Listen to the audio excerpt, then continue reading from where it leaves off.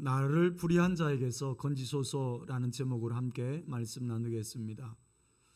한때 조직폭력배를 소재로 한 영화들이 유행했었습니다. 조직폭력배뿐만 아니라 우리 사회는 눈에 보이지 않지만 악한 집단들이 실제로 존재하고 있습니다. 때로는 회사가 악한 집단일 수도 있고, 어떤 경우에는 국가 자체가 폭력 조직으로 변해서 성도들을 조직적으로 치밀하게 핍박하는 경우도 사실은 있습니다. 이런 경우에는 한 개인이 집단이나 국가를 상대로 싸워서 이기기라고 하는 것은 불가능한 일입니다. 개인이 아무리 강해도 이런 조직적인 세력을 이길 수 있는 능력은 없어요. 그러니 만일 국가 자체가 불의한 식으로 둔갑해서 의로운 자의 재산과 생명을 다 빼앗는다면 개인으로서는 고스란히 당할 수밖에 없는 거죠. 개인이 어떻게 국가의 공권력을 상대로 이길 수가 있을까요? 학자들은 시편 42편과 43편을 한 편의 시로 보고 있습니다. 42편이 예루살렘을 떠나 피신해 있는 상황에서 시인 자신이 받는 고통과 그리고 하나님을 사모하는 갈급한 심정을 주로 노래하였습니다. 반면에 43편은 보다 적극적으로 시온 곧 예루살렘으로의 귀환을 간구하는 일종의 시온시입니다. 본시는 세 부분으로 나누어 볼 수 있겠습니다. 먼저 시인은 1절, 2절에서 자신이 머나먼 이국 땅에서 불의한 자들에 의해서 고난받는 이유에 대해서 비통한 심정으로 하나님께 질문을 던지고 있어요. 이후 3절, 4절에서는 속히 시온에 있는 장막으로 돌아가서 하나님을 찬양하게 해달라고 간구하고 있습니다. 그리고 마지막 5절에서는 42편 11절과 동일한 후렴구로 하나님을 소망하는 신앙의 근거에서 찬양을 드리고 있어요. 실로 이 시는 내가 어찌하여 슬프게 다니니까라는 인간적으로 절망할 수밖에 없는 상황으로 시작을 합니다. 하지만 그런 상황 속에서도 불평과 원망을 시인이 접습니다.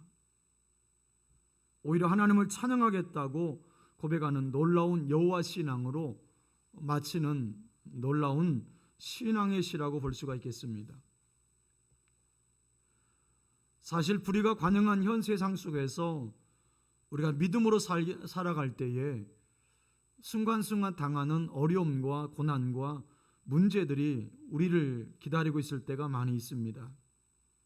그 속에서 우리도 종종 탄식할 수 있다는 것이죠. 그럴 때 우리는 과연 어떤 신앙 자세로 그러한 상황을 극복해 나가야 할까요? 이 시는 그런 모든 난관을 오히려 하나님을 신앙하는 자세로 극복해 나갈 것을 우리에게 교훈해 주고 있어요. 즉 모든 것을 하나님의 절대 선하신 섭리에 맡기는 자세입니다. 그리고 오직 그분 한 분만 의지하는 절대 신앙 자세를 보여주고 있습니다. 오늘 우리에게도 이 하나님을 절대 신앙하는 자세가 우리에게도 요구가 된다는 사실이에요. 세상이 너무 악합니다. 세상의 죄가 너무 관영하죠. 여러분, 이럴 때 우리가 승리할 수 있는 길은 하나님을 절대 신뢰하는 신앙, 그 신앙으로만 승리할 수 있어요. 요한일서 5장 4절에 보면 무릇 하나님께로부터 난 자마다 세상을 이기느니라. 세상을 이기는 승리는 이것이니 우리의 믿음이니라. 시인은 자기 자신에게 이렇게 말하고 있습니다. 5절 읽겠습니다. 본문 5절 시작. 내 영혼아 내가 어찌하여 낙심하며 어찌하여 내 속에서 불안해하는가. 너는 하나님께 소망을 둬라. 그가 나타나 도우심으로 말미암아 내 하나님을 여전히 찬송하리로다.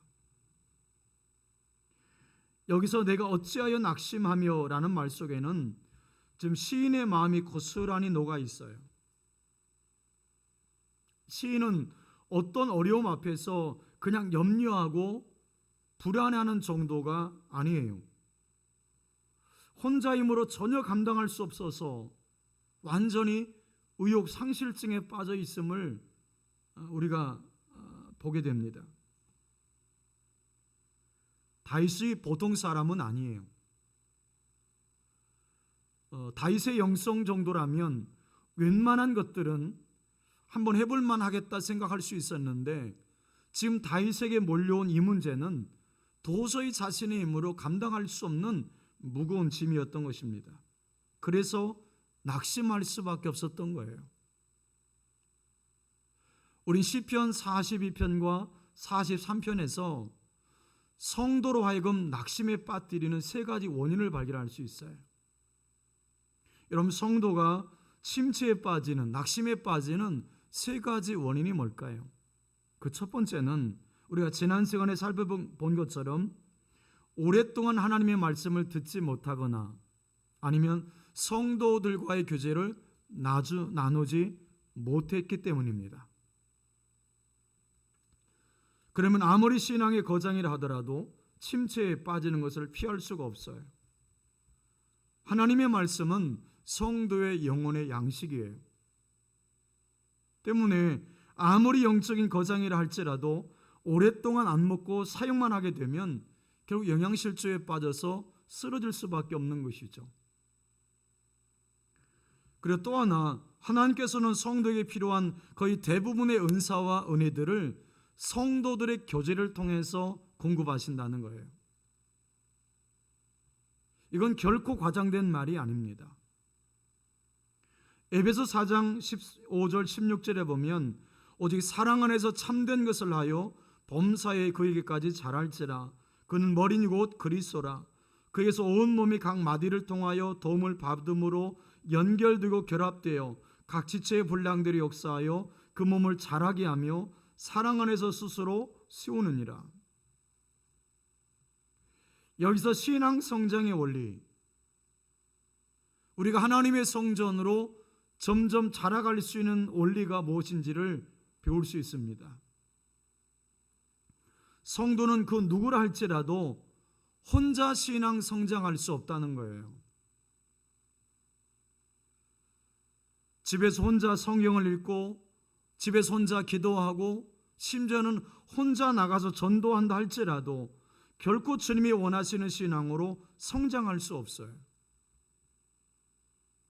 결혼 안 하고 혼자 살 수는 있죠, 그죠?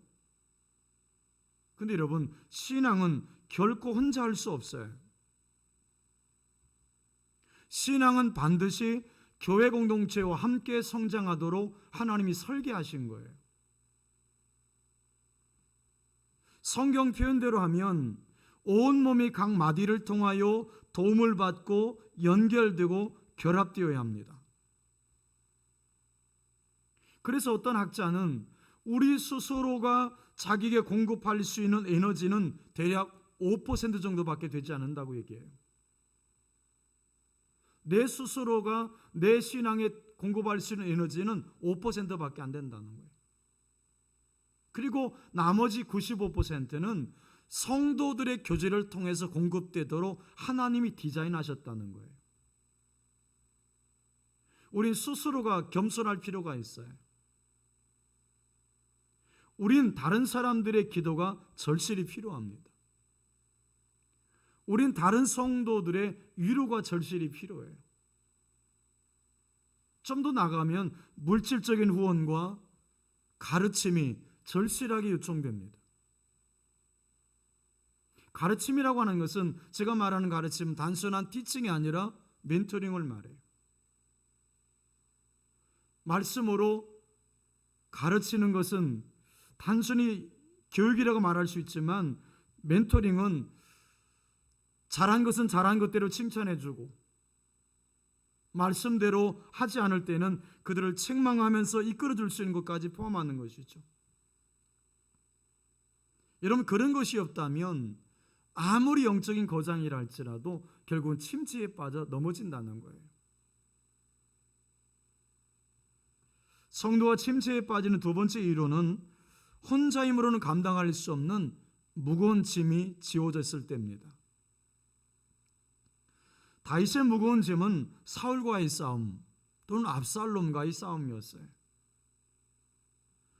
이것은 개인 대 개인의 싸움이 아니죠. 다윗은 모든 주기를 다 박탈당한 개인이고, 사울 또는 압살롬은 한 개인이 아니라 한 나라의 권력을 가지고 다윗을 지금 무너뜨리려고 하고 있는 거죠. 그런데 다윗이 사울을 상대로 싸우는 것은 마치 계란으로 바위 치는 거죠. 이건 도저히 상대할 수 없는 거예요. 자신의 힘으로는 어떻게 해볼 방법이 전혀 없는 거죠. 그래서 다윗은 침체에 빠질 수밖에 없었던 거예요. 그런데 이런 것 외에도 우리가 혼자 지기에는 무거운 짐들이 있을 수 있습니다. 이런 상황을 한번 상상해 보십시오. 남편은 빚만 남겨놓고 죽었는데 시부모와 아이들을 먹여 살리면서 또 집안일까지 해야 하는 부인이 있다고 한번 상상해 보십시오. 그 부인이 어떻겠습니까? 그의 인생의 짐이 너무 무거운 거죠. 한 가지 일만 해도 어려운데 돈도 벌어야 하고 집에 오면 집안일도 해야 되고 또 거기에 아이들까지 서글썩인다면 그 짐이 너무 무거운 거죠. 그럴 때는 어디론가 도망가고 싶은 거예요. 그렇게 너무 무거운 짐을 떠안게 되면 영적인 침체를 겪을 수 있다는 것입니다. 성도가 침체에 빠지는 세 번째 이유는 어려운 환난의 기간이 너무 긴 경우예요. 고무줄도 너무 오래 잡아당기면 고무줄 자체가 너무 늘어나 버려서 후에는 손을 놓는다 할지라도 원상복귀가 안 되잖아요. 그처럼 우리들도 어려움이 너무 길면 결국은 무거운 마음이 모든 기쁨을 다 빼앗아가서 결국 병이 생기는 거예요. 어려움이 한두 달 만에 없어진다면 침체에 빠질 사람은 없을 거예요. 그러나 어려움이라고 하는 것은 그렇게 쉽게 빨리 끝나지 않죠. 고통이 10년, 20년 계속되면 결국 늘 웃었던 얼굴도 밝았던 성격도 다 사라지는 거죠. 또 성격 자체도 병이 들어버리는 거죠. 우리는 쉽게 넘길 수 있는 것이었지만 성경에 보면 38년 된 병자가 나와요. 여러분, 어떤 병을 앓는 기간이 38년이라고 하면 상상해 보세요. 그것도 이건 감기 정도가 아니잖아요.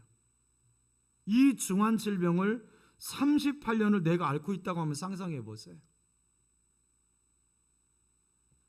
그러면 단지 병의 문제가 아닌 거죠.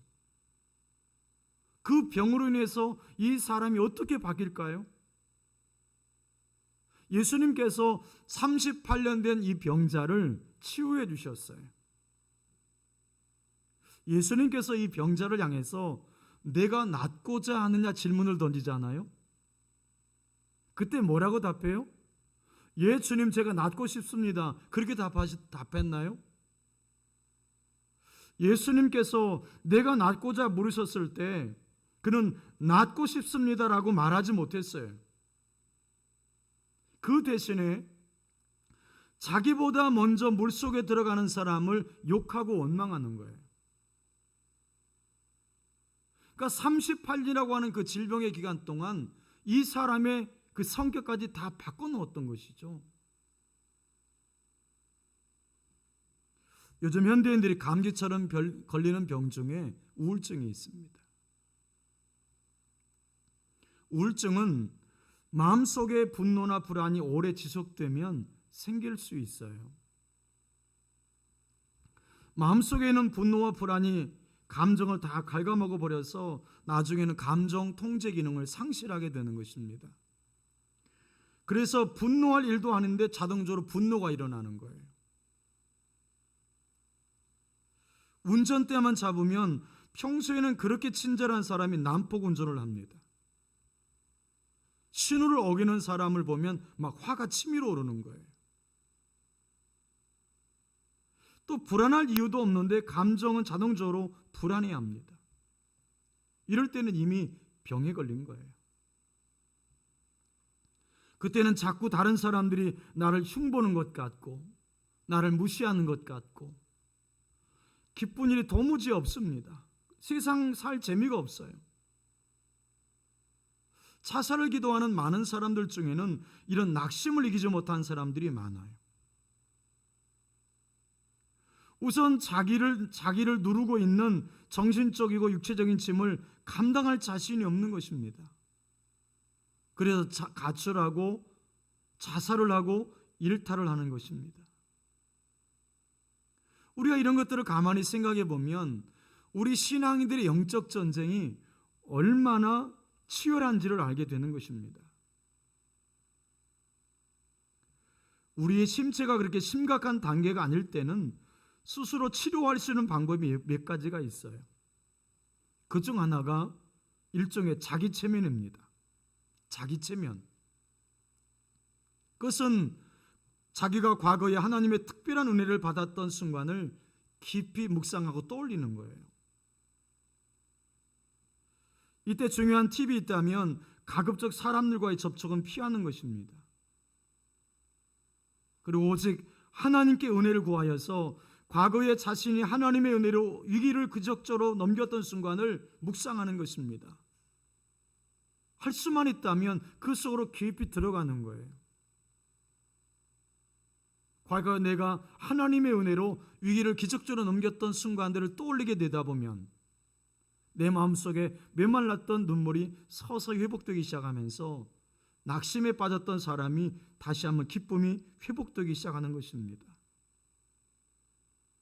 그렇게 심각하지 않은 침체의 경우에는 눈물의 기도가 효과가 있어요. 사람의 눈물은 마음속에 있는 분노를 빼내는 능력이 있습니다. 그래서 마음속에 있는 두려움, 불안, 답답함 그 모든 걸 하나님께 일러 바치면서 막 실컷 우는 거예요. 그러면 마음이 후련해지는 것이죠. 그리고 평안이 찾아와요. 그리고 근심이 변해서 믿음이 생깁니다. 그러면 다시 힘을 낼 수가 있는 거예요. 어떤 사람은 불안하고 우울한 마음을 자꾸 음식으로 마구 먹으면서 풀려고 하는 사람들도 있어요. 특별히 맵고 자극적인 음식으로 풀려고 하는 사람들도 있죠. 근데 그 좋은 방법이 아니에요. 그런 음식을 많이 먹으면 오히려 비만해질 수 있다고 그래요.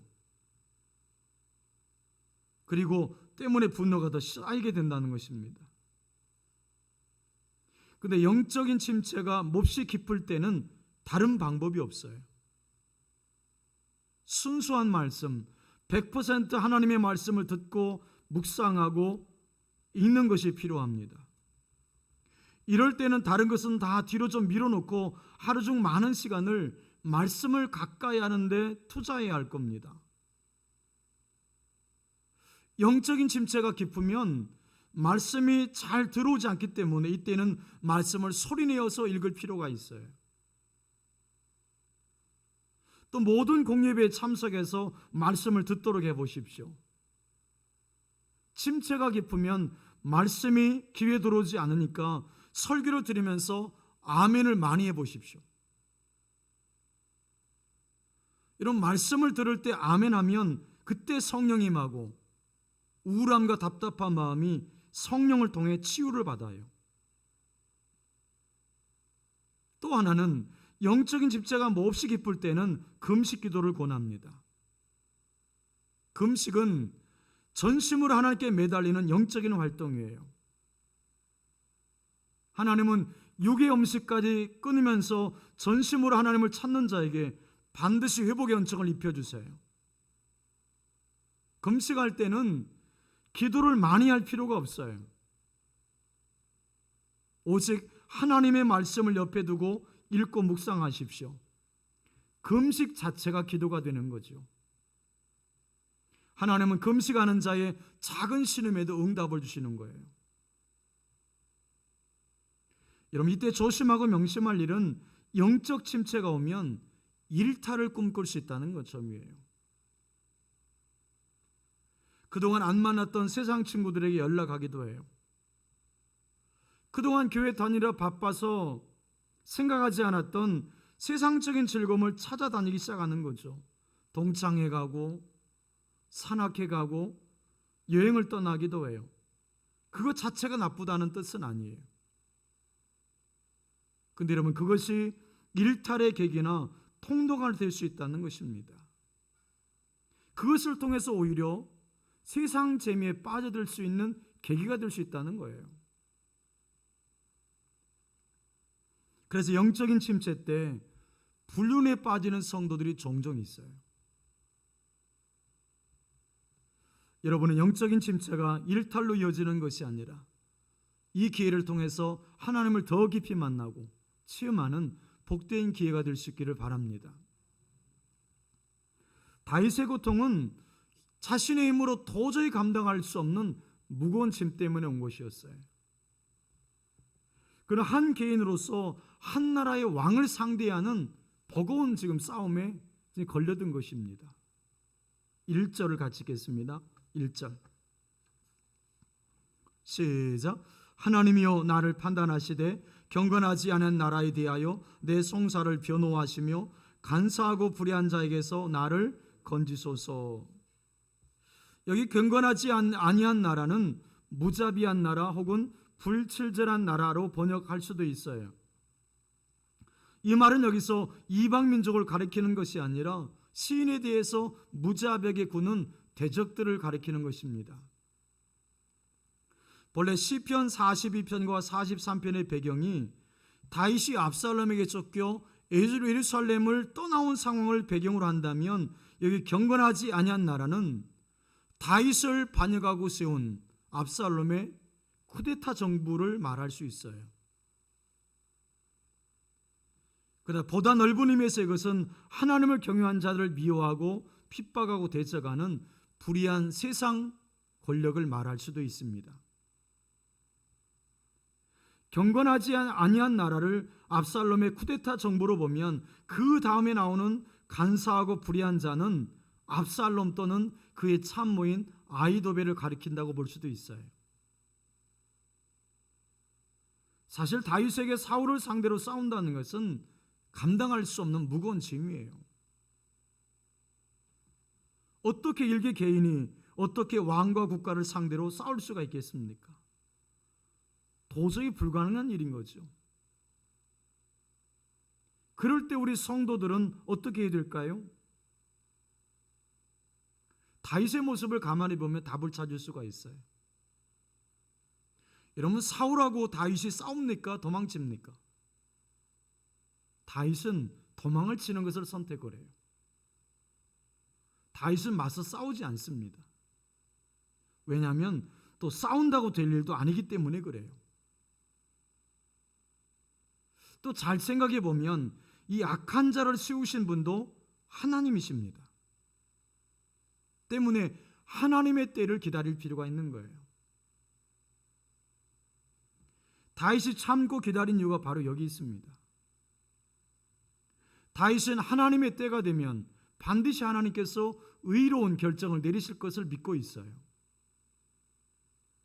때문에 우리는 최고의 법정에 계신 하나님께 맡기고 기다리는 수밖에 없는 것이죠. 2절을 보시면 주는 나의 힘이 되신 하나님이시거늘 어찌하여 나를 버리셨나이까? 내가 어찌하여 원수의 압제로 말미암아 슬프게 다니니까? 어찌하여 나를 버리셨나이까? 어떻게 보면 하나님을 향한 원망처럼 보일 수 있지만 이 말 뒤에 곧 이어서 3절부터 5절까지 찬양이 나오고 있는 것을 보면 이것은 원망이 아닌 거예요. 불평이 아닌 거죠. 나의 상황이 너무너무 힘드니까 하나님 빨리 구원해 주십시오라고 하는 강력한 호소가 담겨 있는 것이기도 해요. 이때 성도가 유의할 것은 절대로 악한 자와 손을 잡으면 안 된다는 거예요. 여러분, 다윗은 사울과 손을 잡지 않아요. 도망칠지언정 손은 안 잡습니다. 그러면 하나님께서 우리의 기도를 들으시고 하나님의 때에 응답을 하십니다. 여기서 하나님의 때는 당장은 아닐 수는 있어요. 악한 자들에게는 미안한 표현이지만 악한 자는 잔치집 돼지와 비슷해요. 악한 자들이 잔칫날이 되기까지 아무 걱정 없이 편하고 먹고 살다가 하루아침에 도살당하는 것과 똑같죠. 그래서 성도는 이 악한 날을 주의해서 잘 보내야 합니다. 이때에는 자기가 할 수 있는 작은 일을 열심히 하면 돼요. 바울 사도의 경우를 잘 보시면 그가 감옥에 갇혔을 때 열심히 자기가 세운 교회에 편지를 보냅니다.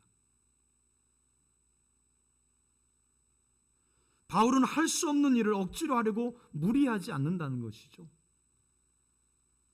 그 대신 그에게 주어진 이 시간 속에서 자기가 할 수 있는 최선을 다한다는 거예요. 어떤 사람은 어려움 당했을 때에 열심히 성경 연구해서 자신의 실력을 업그레이드하는 사람이 있어요. 지금까지 시간이 없어서 잘 보지 못했던 신구약 성경 전체 주석을 다시 한번 읽고 연구하는 시간을 갖는 거죠. 또 어떤 사람은 어려움을 만났을 때 책을 조설하는 사람도 있어요. 예수님께서는 어려울 때에 갈릴리에서 열심히 제자들을 키우셨어요. 그러면서 하나님의 때를 기다리는 거예요. 기회는 아무에게나 찾아오지 않습니다. 준비하는 자에게 기회는 찾아오는 법이죠. 지혜로운 자는 고난의 시간을 낭비하지 않아요.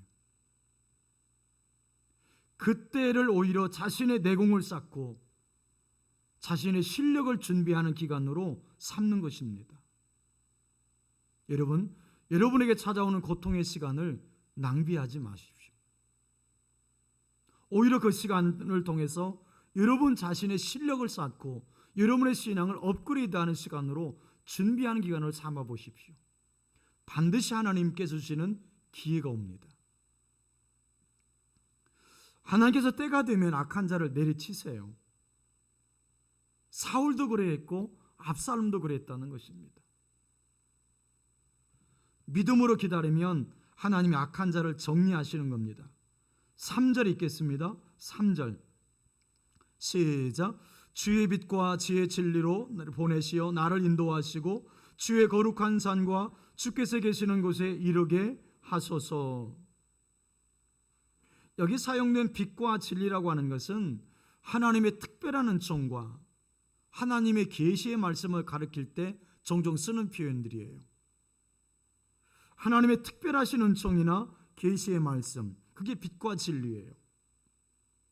이것은 마치 출애굽 당시에 이스라엘 백성들을 인도했던 구름 기둥과 불 기둥을 연상시키는 표현이에요.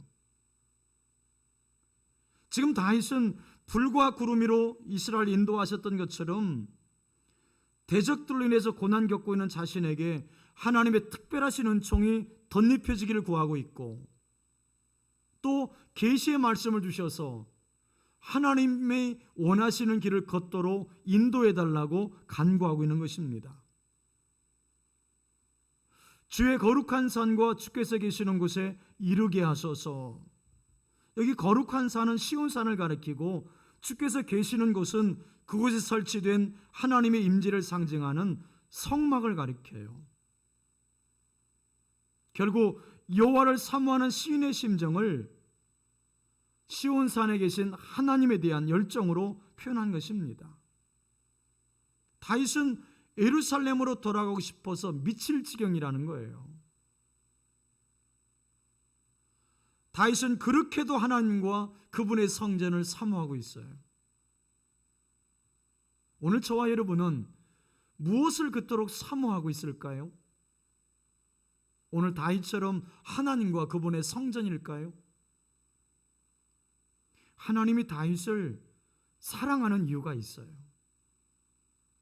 여러분, 다윗은 하나님을 그렇게도 사랑한다는 것이고 그분이 계신 성전을 그렇게도 사모한다는 거예요. 이런 다윗을 하나님이 어떻게 사랑하지 않을 수가 있을까요? 모든 악을 드러내시는 분은 사람이 아닙니다. 사람은 그렇게 하고 싶어도 겁이 나서 할 수가 없어요. 그리스도께서 사람을 통해서 죄를 드러내십니다. 악이 권력을 잡을 때 조심해야 하는 것이 무엇입니까? 모두 다 웬만한 사람들은 악의 세력에 동조한다는 거죠. 그에게 붙는 거예요. 그래야 먹고 살 수 있고 심지어는 그에게 붙어야 출세할 수 있다고 생각하는 거죠. 그러나 이것은 하나님의 무서운 시험일 수 있다는 사실을 기억해야 합니다. 하나님께서 나를 달아보시는 거예요. 악이 판치는 세상 속에서도 악한 자와 손을 잡지 않는지, 악과 타협하지 않는지, 당당하게 믿음의 길을 걸어가는지 하나님께서 나의 신앙의 무게를 달아보시는 겁니다. 여러분, 이때 다윗이 여러분 사울의 손을 잡았다면 어떻게 됐을까요? 편할 수는 있었을 거예요. 아마 출세했을 수도 있어요. 그런데 하나님에겐 쓰임받지 못해요. 여러분, 그 테스트에 우리가 합격을 해야 합니다. 꼭 기억하십시오. 하나님은 좋은 것을 주시기 전에 먼저 나의 무게를 달아보신다는 것 잊지 않으셔야 합니다. 사실 그 시험에서 승리한 자의 찬양이야말로 가장 영광스럽습니다. 4절 읽겠습니다. 4절 시작. 그런즉 내가 하나님의 제단에 나아가 나의 큰 기쁨이 하나님께 이르리이다. 하나님이여, 나의 하나님이여, 내가 죽음으로 주를 찬양하리이다. 아멘. 여기서도 시인의 간절함은 이어져요. 내가 하나님의 제단에 나아가, 하나님, 내가 하나님의 제단에 나가고 싶어요. 이렇게 노래하고 있는 거예요. 시인은 하나님과의 영적 교제에 대한 강한 열망을 나타내고 있어요. 시인이 왜 그토록 하나님 앞에 나가고 싶어 합니까? 그 다음 절에 이어지고 있잖아요. 나의 큰 기쁨이 하나님께 이르리이다. 하나님만이 나의 인생의 최고의 기쁨의 원천이라는 거예요. 동시에 이 표현은 고난에 따라 할지라도 주께서 나와 함께 하신다면 내가 기쁨을 잃지 않을 것입니다 라는 고백을 담고 있다는 점이에요. 하박국 선지자의 고백 기억하십니까? 비록 무화과나무가 무성하지 못하며 포도나무에 열매가 없으며 감람나무에 소출이 없으며 밭에 먹을 것이 없으며 우리의 양이 없으며 외양간에 소가 없을지라도 나는 여호와로 말미암아 즐거워하며 나의 구원의 하나님으로 말미암아 기뻐하리로다. 이 고백이 무엇입니까? 모든 것이 없을지라도 나는 하나님 한 분으로 말미암아 기뻐할 수 있습니다. 이게 다윗의 고백이라는 거예요. 나의 큰 기쁨의 하나님을 내가 찬양할 것입니다. 오늘 여러분의 인생에게 큰 기쁨은 어떤 것입니까? 무엇에 의해서 여러분은 기쁨을 얻고 계십니까? 여러분, 다윗은 나의 큰 기쁨의 하나님이라고 고백한다는 거예요. 오늘 다윗의 모습 속에서 다윗은 고난 중에도 두 가지를 잃지 않아요. 이걸 우리가 배워야 돼요. 여러분, 다윗은 고난 중에도 두 가지를 잃지 않아요. 첫째는 하나님을 바라봄을 잃지 않아요. 하나님을 바라봄을 잃지 않는다는 거예요. 두 번째는 하나님을 찬양함을 잃지 않아요. 하나님을 찬양함을 잃지 않아요. 여러분, 다윗은 고난 중에도 하나님을 바라봄, 하나님을 찬양함, 이 두 가지를 변치 않고 하고 있다는 점이에요.